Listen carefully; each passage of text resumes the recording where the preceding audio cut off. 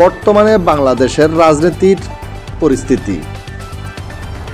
ঢাকা মুগদা থানা মানিকনগর ৭ নং ওয়ার্ডের সভাপতি মাহবুবুর রহমান টিপু বর্তমান বাংলাদেশের রাজনৈতিক পরিস্থিতি সম্পর্কে জানান। মাহবুবুর রহমান টিপু বলেন, সামনে নির্বাচন, অবাধ সুষ্ঠু নির্বাচন চাই।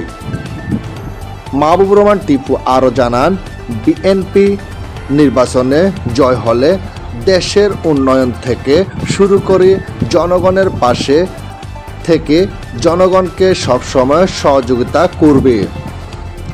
মাহবুবুর রহমান টিপু তিনি আরও জানান, বিএনপি ক্ষমতায় আসলে দেশ থেকে মাদক, চাঁদাবাজ, লুটপাট, সন্ত্রাস দূর করবে। তিনি তাদের বিরুদ্ধে লড়বে এবং বাংলাদেশে অবৈধ কোনো কার্যকলাপ করতে পারবে না, এই আশাবাদী। মাহবুবুর রহমান টিপু বলেন, বিএনপির মধ্যে এমন কিছু কর্মী আছেন যারা বিগত আওয়ামী লীগ সরকারের সময় তারা রাজপথে ছিল না এবং দেখা যায়নি।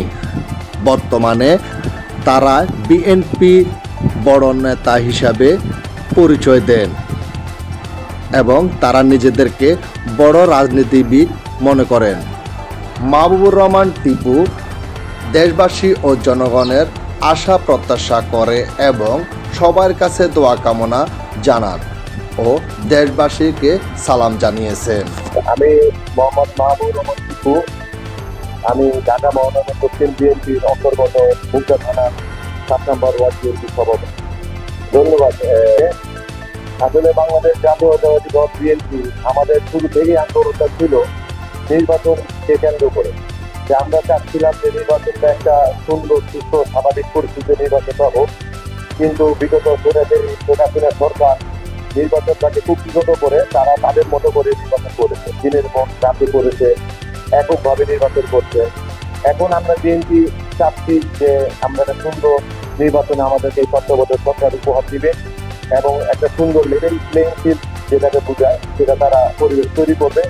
ইনশাল্লাহ আমরা সারা বাংলাদেশের জনগণের ম্যান্ডেট নিয়ে আমরা ইনশাল্লাহ দেশি ক্ষমতায় আমরা আসলে আমরা অবশ্যই দেশের প্রথম আমরা যে কাজটা করবো সেটা হচ্ছে বাংলাদেশ স্বাধীনতা সার্বভৌমত্ব রক্ষার জন্য যে পদক্ষেপগুলো আমাদের বিএনপি জাতীয়তাবাদী দল বিএনপি নিবে। আসলে এই ব্যাপারে আমাদের দলের ভারপ্রাপ্ত চেয়ারম্যান জনাব তারেক রহমান স্পষ্ট ভাষায় বলে দিয়েছেন যে যারা ৫ই আগস্টের পরের বিএনপি তাদেরকে আমরা যেন দলে না ভিড়াই।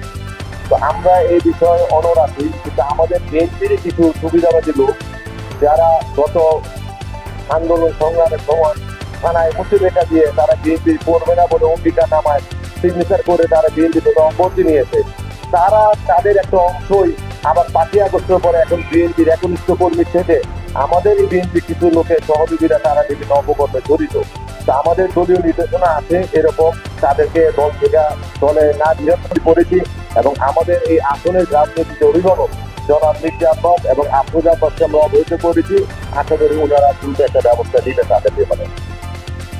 আসলে এই বিষয়টা হচ্ছে আমাদের দলীয় হাইকমান্ডের সিদ্ধান্ত। আমাদেরকে বলছে যে আমাদের দলীয় যারা বিভিন্ন অপকর্ম যেমন চাঁদাবাজি, মাদক ব্যবসা, জুয়া কিংবা আরো দখলদারিত্বের মধ্যে সন্ত্রাসী কর্মকাণ্ডে জড়িত তাদের একটা তালিকা দেওয়ার জন্য আমরা সেই তালিকা মহানগরীতে হয় আমাদের একদম মানে কি বলে এটাকে পুঙ্খানুপুঙ্খানুভাবে বলা আছে আমাদের যে রাষ্ট্রীয় অবকাঠামোগুলো মেরামত এবং দেশের স্বাধীনতা সার্বভৌমত্ব রক্ষার জন্য যে স্টেটগুলা এবং রাষ্ট্রীয় ব্যবস্থা নীতি, রাষ্ট্রনীতি, পররাষ্ট্র নীতি সবকিছু বিষয় আমাদের করা আছে সেই ব্যাপার। মাদকের ব্যাপারে আমাদের ভারপ্রাপ্ত চেয়ারম্যান জনাব তারেক রহমান সন্ত্রাস মাদক আমার ওয়ার্ডের জনগণ চায় একজন স্বচ্ছ সুন্দর সাবলীল একজন আমাদের বিএনপির ওয়ার্ড কাউন্সিল হিসাবে নেতৃত্ব দেয়। সেই ক্ষেত্রে আমাকে জনগণ অনেক আশাবাদী, আমি জনগণ আমাকে বলছে, অনেকে আমার সাথে যোগাযোগ করতেছে এবং দল যদি আমাদের ৭ নম্বর ওয়ার্ড সবাইকে উপহার দিতে পারবো এই আশা আমি রাখি। দেশ আসলে দেশ এবং সারা বাংলাদেশ সম্বন্ধে যদি বলতে হয় আমরা ১৭ বছর এই আওয়ামী লীগ নির্বাচনের দাবানলে আমরা দাবি করছিলাম, তা আমরা অনেক কিছু আমাদের করার ইচ্ছা ছিল আমরা করতে পারি, এখনো আমরা উন্মুক্ত না।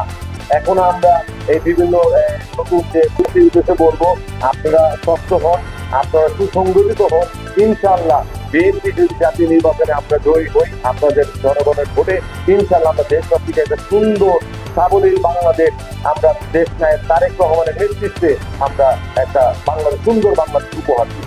তার কোনো কিছু থাকে না এখানে। আমাদের দলীয় নেতা কর্মীদের খুন হত্যা, বিচার বহির্ভূত হত্যা এবং বেগম খালেদা জিয়ার পরিবার যে নির্যাতিত হয়েছে তার সামনে আমরা কিছুই না। উনার সব শেষ করে দিয়েছে। দেশনেত্রী বেগম খালেদা জিয়া দীর্ঘদিন কারাগারে ছিলেন, উনার প্রতি তাদেরকে বঞ্চিত করা হয়েছে। আর আমরা যারা নেতা করেছিলাম আমাদের উপরে যে স্টিম রোলার তারা চালিয়েছে, বিচার বহির্ভূত যে হত্যাকাণ্ড করেছে, র্যাব দিয়ে নির্যাতন করেছে, ডিবি দিয়ে নির্যাতন করেছে, মামলা দিয়ে নির্যাতন করেছে, খুন করেছে, সেটা আমাদের আসলে বলতে গেলে এখন আমাদের গায়ের পশম দাঁড়িয়ে যায়। আসলে দেশবাসীর উদ্দেশ্যে আমি আরেকটি কথা বলতে চাই, আমাদের এই স্বৈরাচারী হাসিনা সরকার থেকে আমাদের শিক্ষা নেওয়া উচিত। আমাদের সমস্ত রাজনৈতিক দলের সকল নেতৃবৃন্দকে বলবো যে আমাদের শিক্ষা নিতে হবে ক্ষমতা চিরস্থায়ী না। অতএব আমাদেরকে জনগণের সাথে মিলে মিশে জনগণের স্বার্থ সংশ্লিষ্ট বিষয়ে আমাদের কাজ করতে হবে। দেশের জনগণের যে মৌলিক অধিকার সেগুলো নিশ্চিত করার লক্ষ্যে আমাদের কাজ করে যেতে হবে। দেশের সার্বিক উন্নয়নের লক্ষ্যে আমাদের কাজ করে যেতে হবে।